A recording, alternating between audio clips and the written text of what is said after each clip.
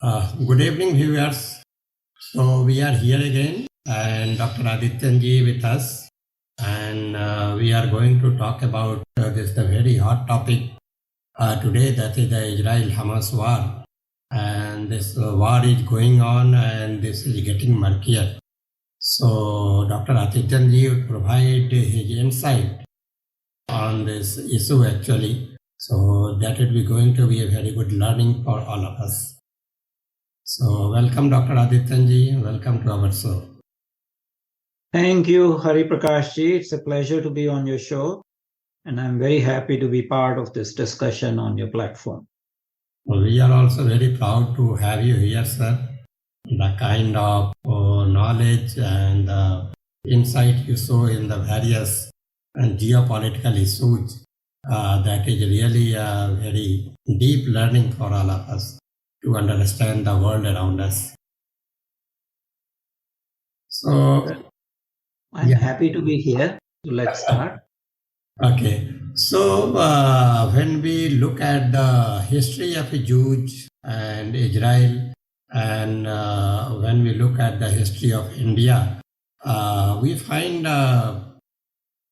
many similarities between this history. The way the India has been invaded by the Muslim invaders and the Britishers, and in the similar manner, Israel has been invaded by various other empires, including the Arabs, the Ottoman Empire, and the various other Europeans and the various other empires actually. So I find there is a big similarity between these two countries. So what do you think about it, and what India and Indians should think about this, and what kind of relation we should have with the country Israel? Yes, there are some superficial similarities between history of India and history of Israel and the history of two people. But there are also significant differences. You know, India is a much larger country. Israel is a very small country, tiny country. So, you know, countries around it can have multi-front war against India. Yes, that's proving now also for India. We talk about 2.5 front threat and all that sort of thing. But India is much larger. India has much more strategic depth as compared to Israel. So that is one thing. Second, difference is that for Israel, the population was evicted from the land. You know, in India, yes, there was genocide. There was exodus from specific areas, but because of being a very large country, you could not evict the civilian population of India anywhere, except you could kill them by genocide, which the foreign invaders did. But in case of Israel, most of the Jews migrated to European countries and other countries to find sanctuaries. In India, people had stayed within the country. The third difference is very serious. Unlike people in India, people in the Jewish nation, they are united. When there is an external calamity, they do not do finger pointing. They do not blame their government. For them, it is a battle for survival of the Jewish nation and Jewish people. And in time of external invasion, they become one. You have an emergency defense cabinet in Israel, despite the unpopularity of Netanyahu. In India, the situation is different. If you look at our history, our own people betrayed us. Not once, not twice, multiple times. Yes, it is. So that is something which bothers us. You know, in time of external threats, if you have your own people who are collaborators, for some petty gain, whether it is in terms of money or ego or personal rivalry or controlling the power. That has been a major downfall of India. So yes, there are similarities, but differences are also there. You see, after 1948, how the Jewish people created the new nation, with a single voice. But they were also in the same situation. State of Israel was newly born in 1948. 20% of the people were Arabs. They were Muslims, they were Christians. So it's not that it was uniformly Jewish, yet they worked hard and they, brought Israel back to the level of prosperity compared to the other West Asian nations. In India, that kind of dedicated nationalism is not there. Maybe it's coming back now. The younger generation is becoming more and more patriotic. But if you recall, at the time of 1962 wars, how did our communist parties behave? There were people like Mani Shankar Iyer who were doing fund collection for China in London.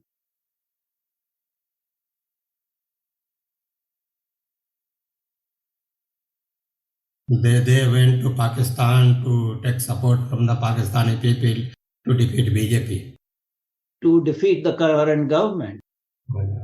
So,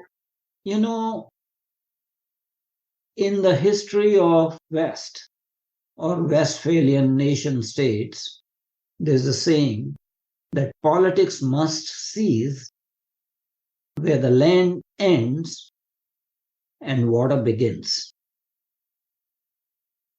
Usually the British military establishment has said that, that all the domestic politics should cease when you are outside your nation. But here was an example that a political leader for the main opposition party is going to an enemy state and asking their support to defeat the government in power. That's betrayal. That is treason. That is sedition.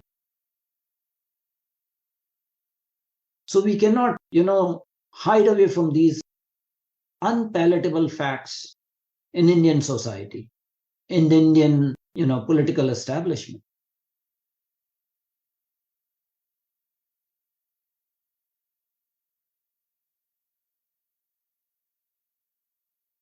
So my question is, there are differences, but there are similarities too.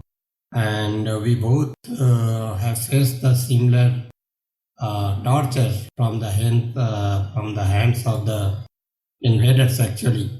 So in the present situation, what kind of relation we should have with the country Israel, government to government and people to people?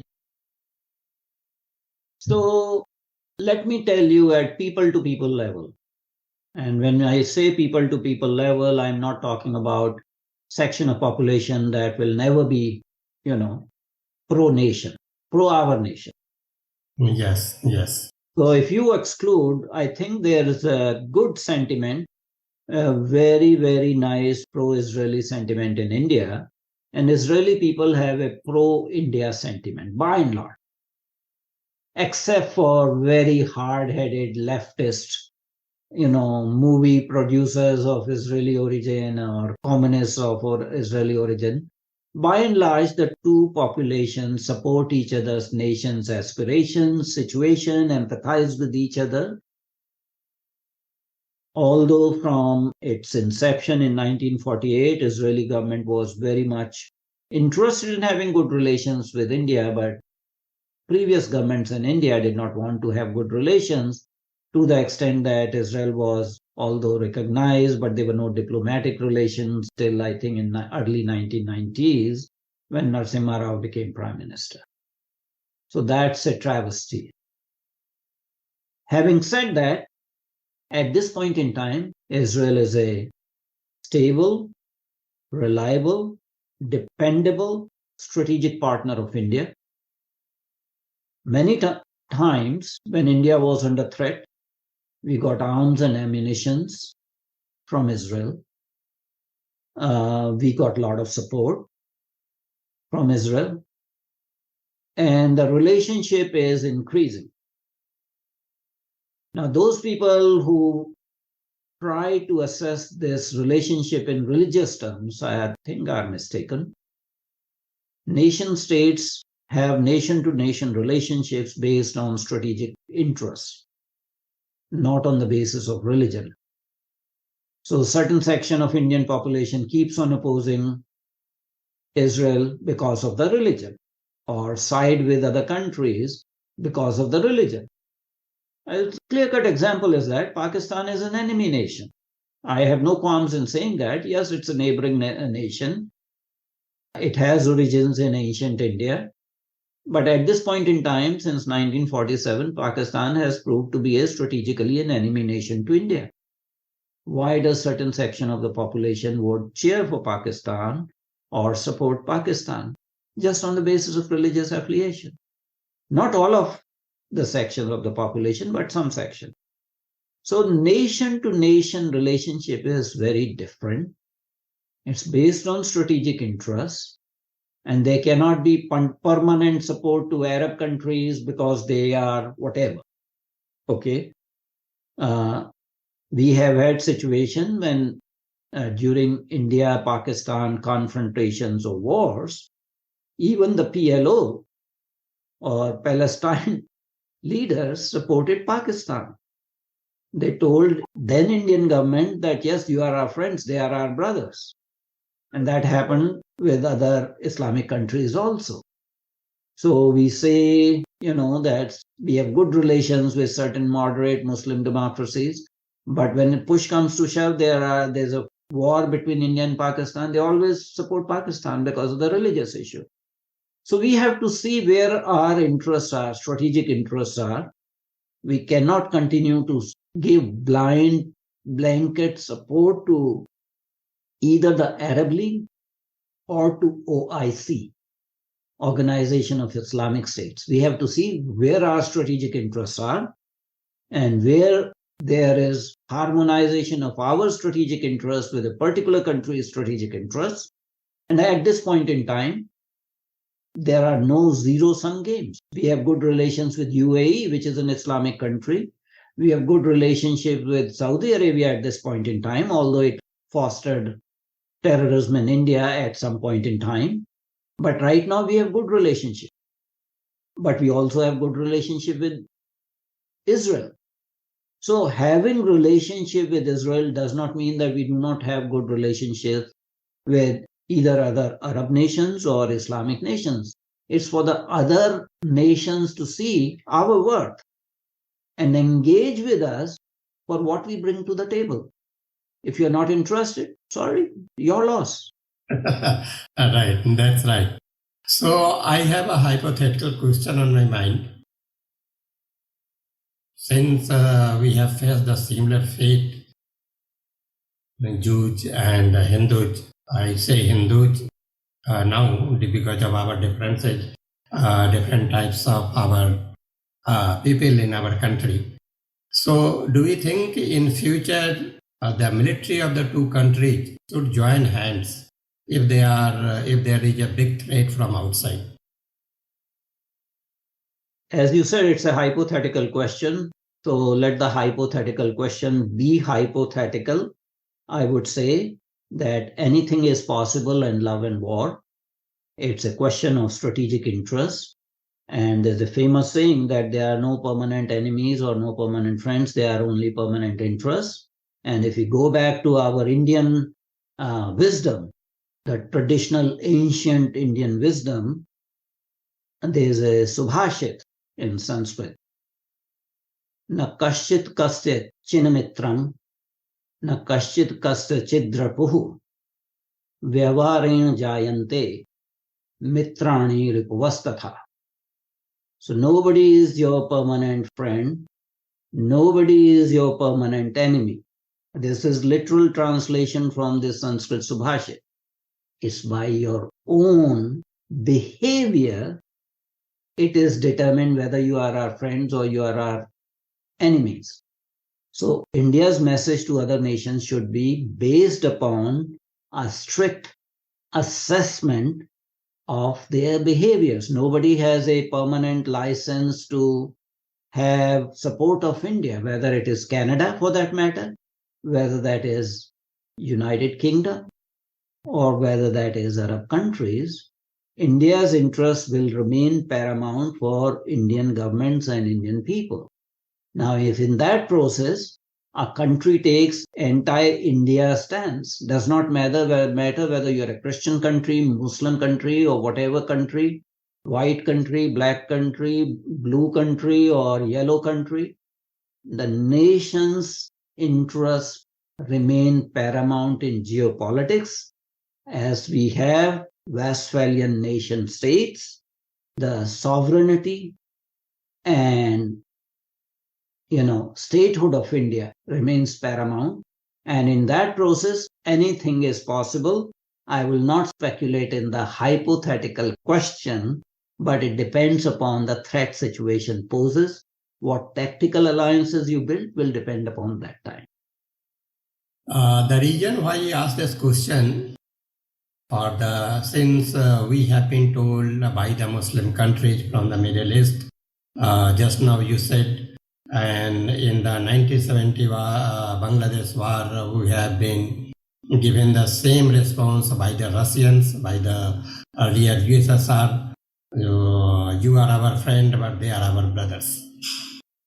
And so in the not 1971, during the 1962 India-China war, I think. Yes. The same response was given by the USSR. So in the similar manner, we should have learned our lesson till now. This is a long time. So we should have a similar attitude towards the other countries. So when we are threatened, so we can shake hand with anyone. Either you like it or you don't like it, that's your problem. This is exactly what I said. Yeah. The sovereignty of the nation of India is paramount. What the government of India, what the armed forces of India will do in case of a future war is left unsaid. But I'm sure the government of the day will be bound by an oath to protect the nationhood, and the armed forces will also be protected by the same oath, irrespective of your background, to maintain the dignity, independence, and sovereignty of India. And in that process, again, I will say anything is possible. Right, sir, right. So with this, I am moving to my next question. In part, you have already answered that questions, but as looking at the social media post and all that, I am just coming with the question: do you think this is a religious war, or this is deep state at play? This is the Israel-Hamas war. So superficially, it is definitely between two Abrahamic religions. War between two Abrahamic religions. It appears that way. But if you look at the geopolitical situation, presence of a democracy in an ocean of autocracies, monarchies, dictatorships is not palatable. So you have, different factions of Islamic nations arrayed against Israel. Some of them are Sunni, others are Shia. Similarly, you look at the international support. So geopolitics always plays a part, and there are alliances and there are enemies. So this creates strange bedfellows. So right now, UAE does not support Hamas attack on Israel, but Qatar does. Saudi Arabia superficially will not denounce Israel for Israeli response. But if you look at Iran, it does. The paramount leader of Iran, Ayatollah Khamenei, has already, given his quote unquote sermons and denounced Israel and threatened Israel. So the game is not so simple in international relations. There are complex calculations, and we should never have either or kind of situation. There are no zero-sum politics in international relations, so you will see ambiguities here and there. If you look at Islamic world, it is not a monolith. There are three countries that are traditionally vying for the leadership of Islamic nations.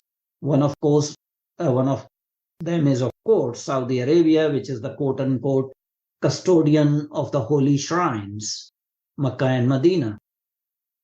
And then you have Iran that wants to take the leadership of the Islamic nations despite being a Shia nation. So they have to prove their loyalty to the Islamic cause more than the Sunni Salafi Wahhabi nation. And of course, Turkey, that pretends to be the inheritor of the caliphate. So you have complex interplay of political maneuvering between these three large Islamic nations. And in that process, they build alliances and they break alliances and they take sides and all that kind of thing. And they foster terrorism whenever it is convenient to them. They foster unnecessary wars. So it's a very complex situation. It's not just simple, religious issue. Iran and Iraq went to war. Both were Islamic countries. Syria is an Islamic country, but Turkey is pounding Syria, and other Arab countries were supporting the rebels in Syria. There's a civil war going on in Yemen, which is an Islamic country, and Saudi Arabia was pounding Yemen. So there are other geopolitical factors that also come into play, and there are no black and white separation in these situations. I see. So I think the next questions you have already answered. That was about the long-standing issue between Jews and Hamas. So you have already said that.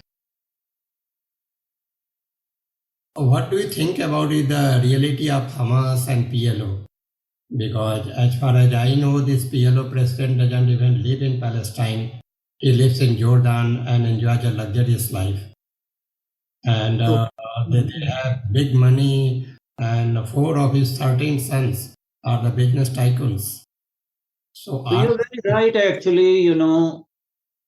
Both PLO and Hamas are adversaries to each other, but both are corrupt. Both use up the money that comes from foreign sources for the people of the land they are administering. Gaza Strip in case of Hamas, and the West Bank in case of Palestinian Authority. They are usurping that money. The leaders are corrupt, as you have already said.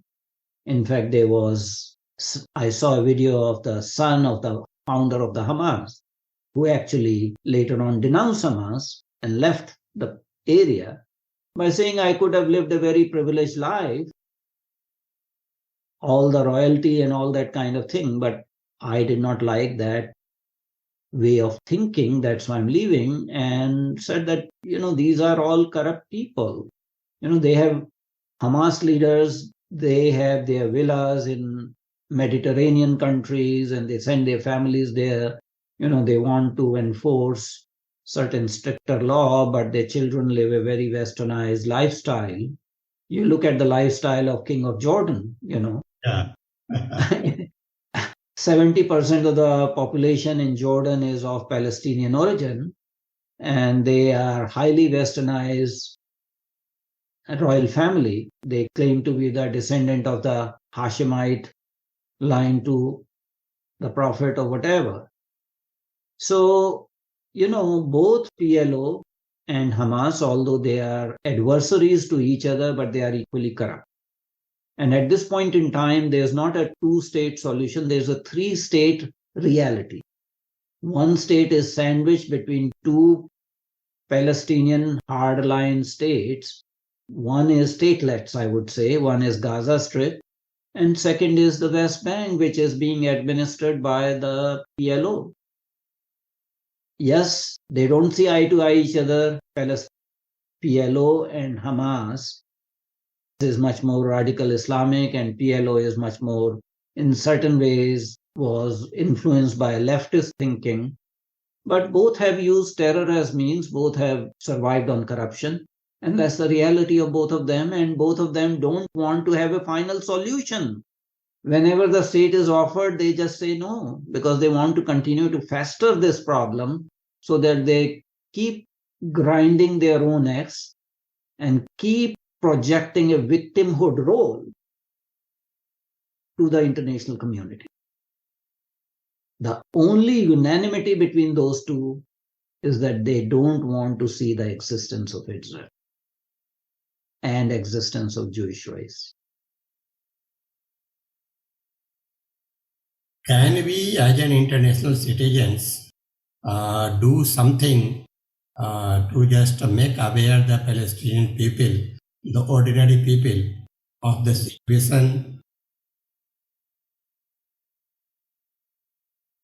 So one thing is that we should not offer blind support to Palestinian people. Right. We really need to demarcate whether these people are cheering for terrorism. Yes, civilian population should not be subjected to war, but civilian population should not support the terrorists. That is very, very important. Civilian population should not offer themselves as, human shield or use the deception of civilian infrastructure. So civilians have to denounce. One of the problems with Gaza Strip is there. The residents of Gaza duly elected Hamas after defeating PLO in 2006 elections. And they never overthrew the government. For international community, just to come under leftist rhetoric about victimhood, you need to call spade a spade. The aggrieved party here is Israel. Israel is a democracy. Israeli citizens of Arab origin are allowed to vote, allowed to live their lives as equal citizens. Arab citizens of Israel participate in Israeli defense forces, although they are not conscripted. Some of them join as volunteers. Israel is the beacon of human rights and hope in a vast ocean of autocrats, monarchs, emirs, and dictators in the West. Cannot continue to support terrorism in the name of victimhood. And if you need to give civilian relief, humanitarian relief, make sure that it is not used to camouflage the military activities of terrorist organizations. Yes. Yeah.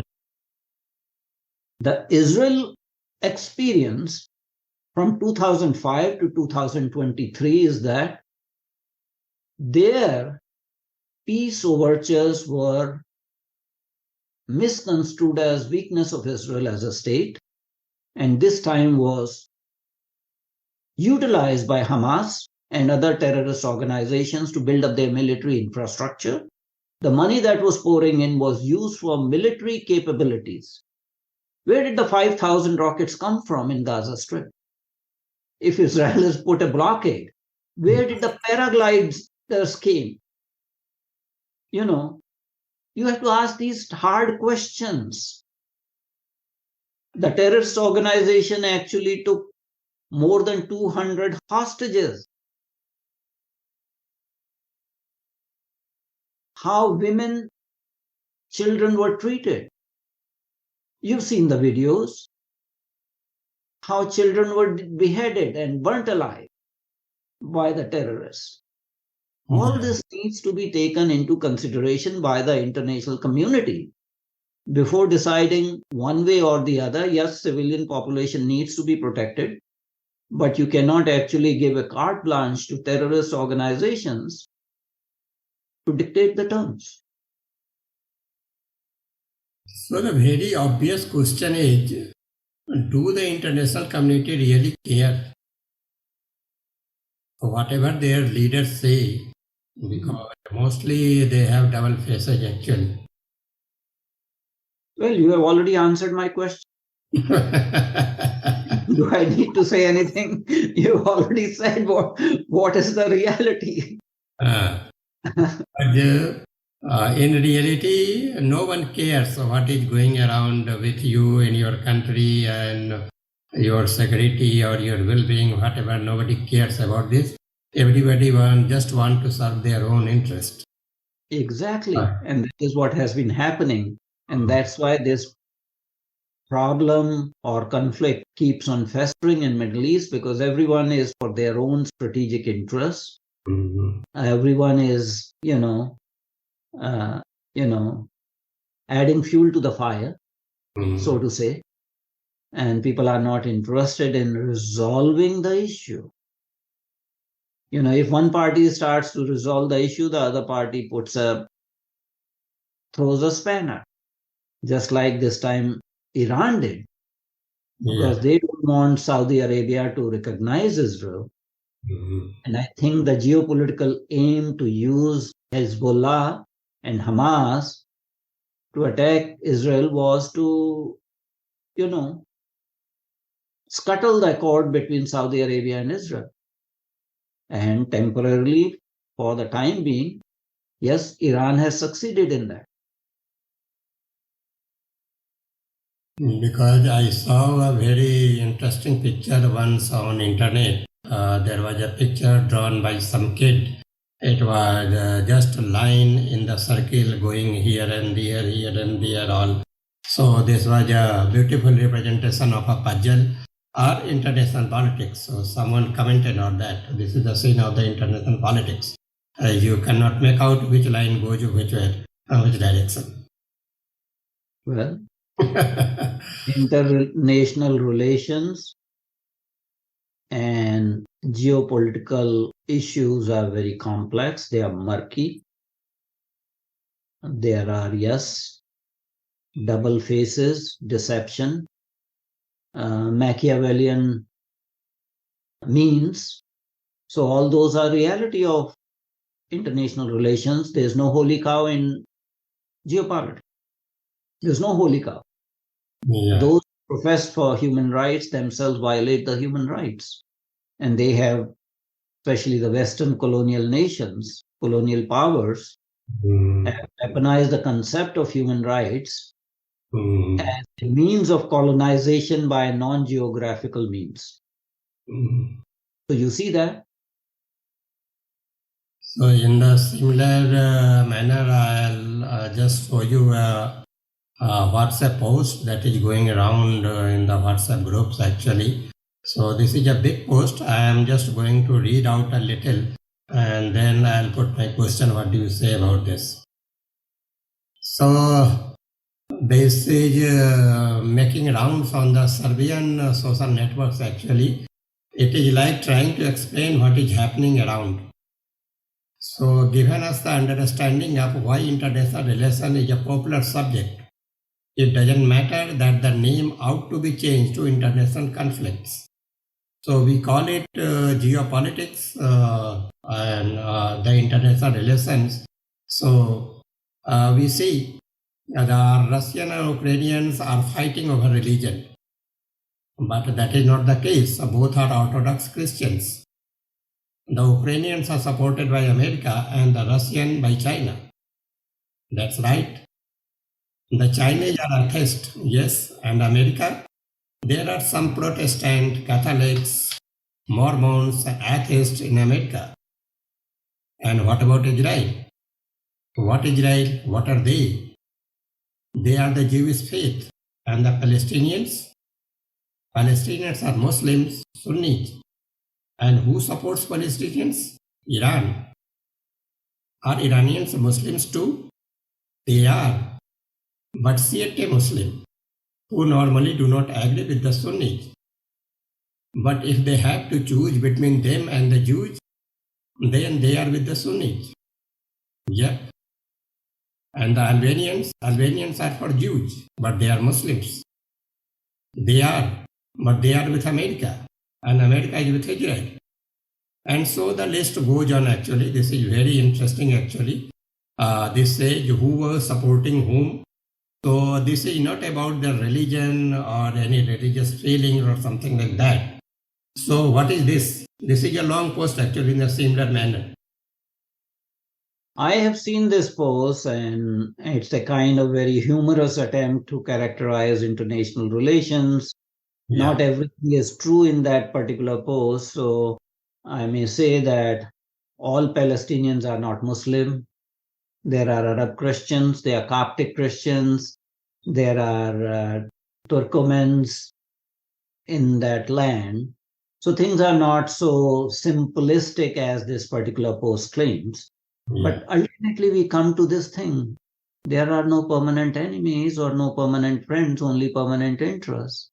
And that is why you see these permutations and combinations. So, starting with the Russian and Ukrainian, both are Slavic nations and both follow Orthodox Slavic Christianity, brand of Christianity. But as the Ukrainian nation state emerged after dissolution of Soviet Union, it started to distance away from Slavic past and shared Slavic history with the Russian Federation and started to come more closer to the Western fraternity of nations. And in that process, they also started to distance from Orthodox Church. Okay, so they were in a way becoming more westernized. And if you see similar kind of situation after 1947, India and Pakistan. So it has been said in India by various people that we have the same DNA. Yes, we have the same DNA. But what is Pakistan is trying to do? Pakistan does not accept its Indic Aryan origin. Pakistanis are more comfortable claiming that they are part of the Middle East or part of the West Asian conglomeration of nations, although they are not, accepted as one of the nations of West Asia or Middle East. So there you have ludicrous extent. You have a country like Malaysia, which is a democracy, but majority Muslim currently, historically was a Hindu nation.